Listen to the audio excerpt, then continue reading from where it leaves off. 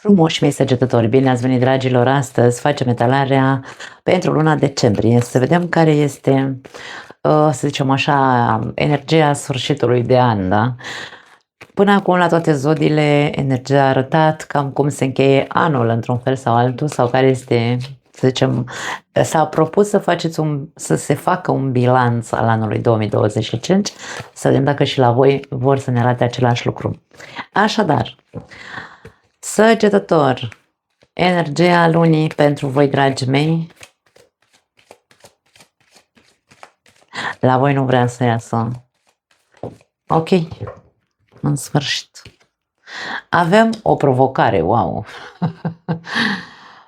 E ceva încălceală, poate, pentru unii dintre voi. E ceva neclar, e ceva, ori tu te-ai băgat într-o încurcătură și aici ești cumva, în luna decembrie ești pus la probă să ieși de acolo, poate fi, pentru că aici avem o persoană, vedem, da, această imagine cu o persoană care pare că este invadată așa de liane, da, de acea plantă, nu știu dacă liană e corectă în românește, dar în fine, nu contează.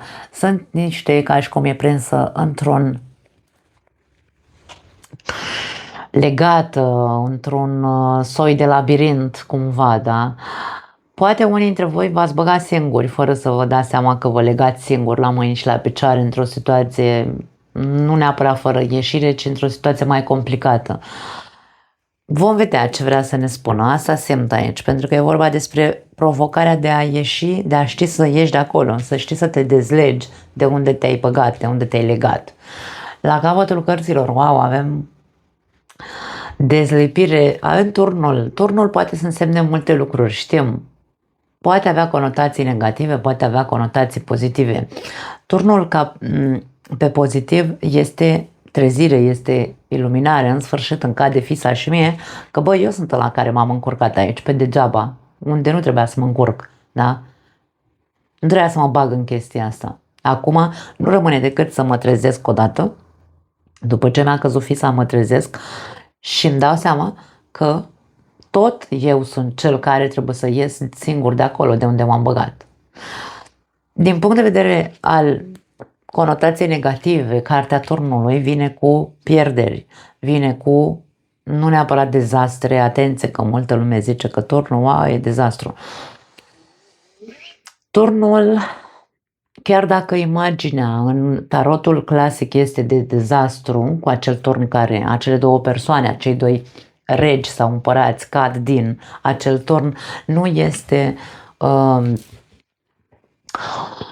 o conotație de distrugere, este o conotație de turn de fildeș pe care ne-l facem, da? Noi, din punctul nostru de vedere, trebuie să credem că e mai bine să stăm în acea pătrățică a noastră, în acel turn al nostru, în zona noastră cunoscută, să nu ne deranjeze nimic din exterior și chestii de genul ăsta, da? Dacă vreți explicații mai amănunțite, mergeți la cursul de tarot pe care l-am prezentat pe acest canal, dacă nu ați făcut-o, bineînțeles, dar din punct de vedere negativ poate să arate o certă pierdere. Nu știu, hai să vedem la ce se referă această provocare.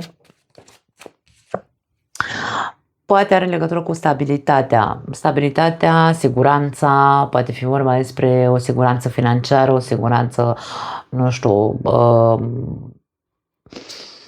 o zonă de confort acasă, ceva, poate se strică ceva acasă pentru că ți-ai băgat un asul, nu știu, să repari tu ceva, dar nu știai să repari, dar te-ai băgat. Da, zic și eu așa ca fapt divers. Poate fi stabilitatea unui loc de muncă, poate se zdruncină, se schimbă anumite lucruri acolo, poate că, atenție, turnul poate fi revelație, poate unii dintre voi v-ați băgat în bârfe, într-un o cloacă sau un clan la locul de muncă, de exemplu, în care toată ziua taca bârfiți acolo despre șefi, despre altceva, despre alții, mă refer, da?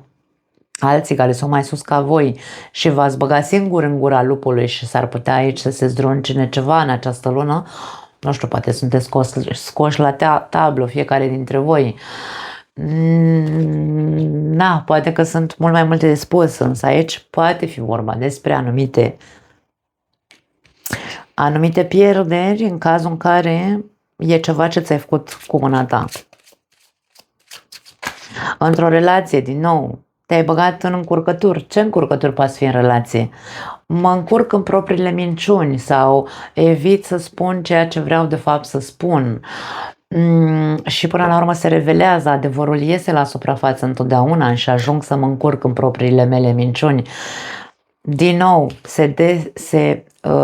nu că se dezbină cu turnul, se poate zruncina temelia unei relații, atenție, da? Și nu doar o relație de iubire sau o căsnicie, poate fi vorba despre o relație de prietenie și așa mai departe. Uite, avem atenție, ți se spune. Fii foarte vigilent, fii foarte atent, fii în gardă, pentru că, atenție să nu fii tu atras. Trebuie să fii foarte atent. Îmi vine să spun că săgetătorii e singura zodie la care am simțit să transmit așa mesajele. Pare că săgetătorii sunt puși în gardă într-un fel sau altul și li se spune: fii foarte atent în ce te bagi sau în ce ești tu. Fii atent în ce ești tentat de ceilalți, inclusiv de cei apropiați de tine. Pentru că poți ajunge să te bagi într-o încurcătură dacă nu te trezești la timp, dacă nu ești atent și vigilent. Fie că e vorba despre investiții, fie că e vorba despre a cumpăra o casă, fie că e vorba despre a vă muta undeva în altă parte, mă refer, da? O schimbare de domiciliu. Fie că e vorba de orice care ție ți se pare încurcat, tu trebuie să fii foarte vigilent, să vezi dacă e bine să te bagi sau nu. Eu aș spune, nu te băga. Nu te băga pentru că poți să te bagi undeva unde să ai mai multe pierderi decât câștiguri. Uite, imaginea persoanelor din exterior care încearcă să te provoace sau nu neapărat să te bage, nu te bagă cu forța. Însă, este un soi de protestă aici. Protestă nu, stai că iar mi-a ieșit în spaniolă. Un soi de o atmosferă de provocare din partea altor persoane, ca și cum știi cum sunt anumite grupuri de prieteni sau colegi de muncă sau o familie, da? Te ațâță și te înțeapă așa și îți zice: hai mă, tu nu poți face asta sau tu nu, e ca și cum te provoacă, te ațâță să te bagi tu. Și eu zic, stai în banca ta mai bine, da? Fii foarte atent la care este maniera în care celelalte persoane te ațăță și te provoacă.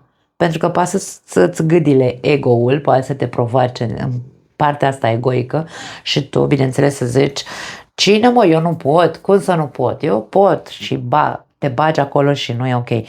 Atenție, nu-ți face... Ce facem cu mâna noastră se numește lucru manual. Acum voi alegeți și faceți cum credeți, însă este o lună complicată dacă nu sunteți atenți, dacă nu tăiați macarona celor care vă provoacă și dacă nu știți să vă apărați, pentru că pașul de spade, el e vigilent și își apără teritoriul, își apără familia, își apără, da, dacă cineva se ia de copiii tăi, de familia ta. Nu e vorba că ți-o faci cu mâna ta, aici e vorba despre, ok, stai așa, am turnul aici, turnul este lumină, e ca și cum tu până una ai și caută probe că ești ațățat, probe că vrea celălalt să te bage într-o complicăciune, înregistrări, filmări, habar n-am, tot ce se poate, ca tu să poți să fii protejat, da, protejat de ițele pe care ți le urzește altul. Atenție, nu știu de ce vin mesajele așa. Dragi săgetători, încercați să fiți cât de treziți puteți în această lună, pentru că e posibil nu neapărat să fii tu cel care te bagi inconștient în probleme, ci să fii ațățat de altcineva care vrea să te vadă în probleme. Așa vine mesajul. Wow! Dar nu ați provocat la ego, vine să spun. Ca să scoată din tine acea parte impulsivă, pentru că noi, zodiile de foc, suntem impulsivi și în momentul în care te tot înțeapă și zice du-te mă de aici că nu faci tu de-astea, nu știi tu să faci de-astea sau habar n-am de... Uite, 5 de monede. Aici vorbim despre pierderi, dragii mei. Cea mai tare taleria voastră, pentru că aici se vede cu claritate. Bineînțeles că nu e pentru toată lumea, nu mi scrieți mesaje de aoleu sperii lumea, nu? Cei care aveți intenția sau impulsul ăsta, abțineți-vă, că oricum, dacă nu, eu toate mesajele care mi se trimit, indiferent despre ce zodie vorbim, care sunt lipsite de respect sau jignitoare cu voință sau cu voie, nici nu stau la discuție, nici nu le răspund, nici nu direct bloc, pentru că nu am ce să fac cu persoanele de genul ăsta. Așadar, atenție mare! Nu vă speriați, însă fiți foarte treziți, cât puteți de treziți și aș spune mai ales în legătură cu cei care aveți aproape de casă. Eu nu știu dacă este vorba despre prieteni, persoane din familia voastră, inclusiv un partener de viață sau inclusiv tot ce înseamnă familie, nucleu familiar, frați, veri, unchi și așa mai departe, da? Mergem până într-acolo. Și inclusiv vecini, tot ce înseamnă de pe lângă casă, da? În apropierea casei tale. Și aș mai spune și în legătură cu o petrecere. Ori că e vorba despre o nuntă, cu toate că nu cred că se fac nunți acum, în luna decembrie, în fine, nu știu, habar n-am, o petrecere. Că e de Crăciun, că e Revelion, că nu contează, tot în luna decembrie se întâmplă toate astea, da? Tot ce înseamnă o zonă din asta de fiestă, că știți ce înseamnă fiestă, fiți foarte atenți și acolo, pentru că e posibil acolo să intrați în încurcături, în cazul în care, nu știu, la fieste știm, bem mai mult decât ar trebui, ne lăsăm întărătați sau ne întărătăm unul cu altul, ne luăm la bătaie, habar n-am, unul intră și îi face ochi dulci nevestii ăluilalt și uite așa, atenție, da, în cazul în care e asta. Dar eu aș spune că să fiți atenți la persoanele cât mai apropiate de voi. Wow! În cine aveai încredere, deci aici e vorba probabil despre cineva în care tu aveai încredere, ăla îți va rupe într-un fel sau altul inimioara în această perioadă. Avem aici forța. Forța are și o conotație de nu vin vremuri complicate, va veni o situație căreia tu va trebui să știi să-i faci față. Pentru că forța este o carte a forței, a puterii interioare și a puterii, a controlului. Poate fi vorba despre mă controlez, pentru că dacă nu mă controlez, că și eu pot să fiu aici prin energia mea o oală sub presiune, și dacă nu mă controlez, aici poate să iasă urât. 5 de bâte, 5 de monede, 3 de spade, n-am nicio veste bună pentru voi. Pot exista pierderi, pot exista victime, în cazul în care e o bătaie. Pot exista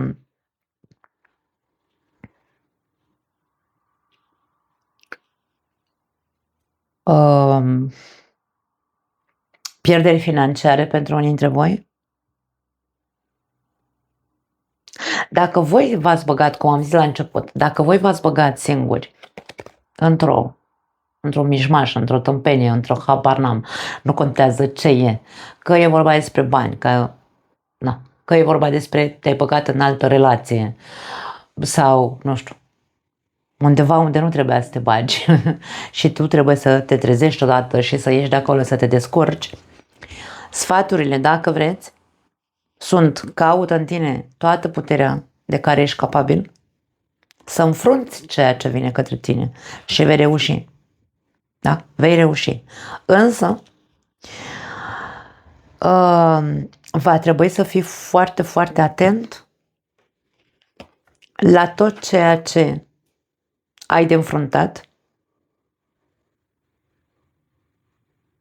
să încerci să-ți ții, de-aia zic autocontrol, să te ții sub control, pentru că poate cel mai mult vei avea tu de pierdut. Învață să comunici, să spui ceea ce ai de spus, nu mai spune pe contre. Spune exact, pune punctul pe ceea ce ai de spus, apără-te, apără-ți familia, apără-ți teritoriul, dar nu ca să te pui pe tine în lumină ca și cum ai fi victima, ci pentru ca celălalt să vadă că nu e corect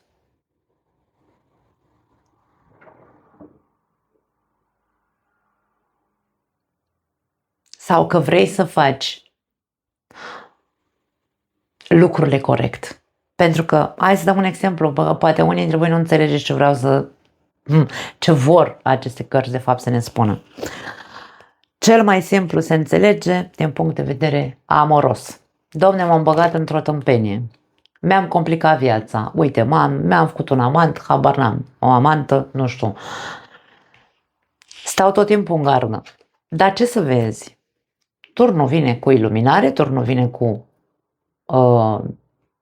revelație și se va afla în luna decembrie, probabil. Sau ți-ai prins partenerul, nu contează, aici se revelează ceva, o încurcătură, da? O complicăciune. Ce fac? Provoc, stau în gardă, chitic, cu musca pe căciulă,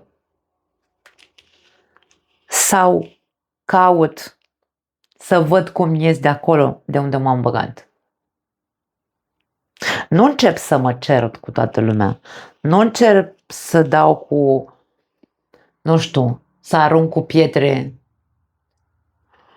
și să mă scuz, umilind sau făcând rău celuilalt, căruia tot eu i-am făcut rău, sau, mă rog, care mi-a făcut rău, dacă eu sunt ăla care l-am prins pe al meu că s-a dus dincolo.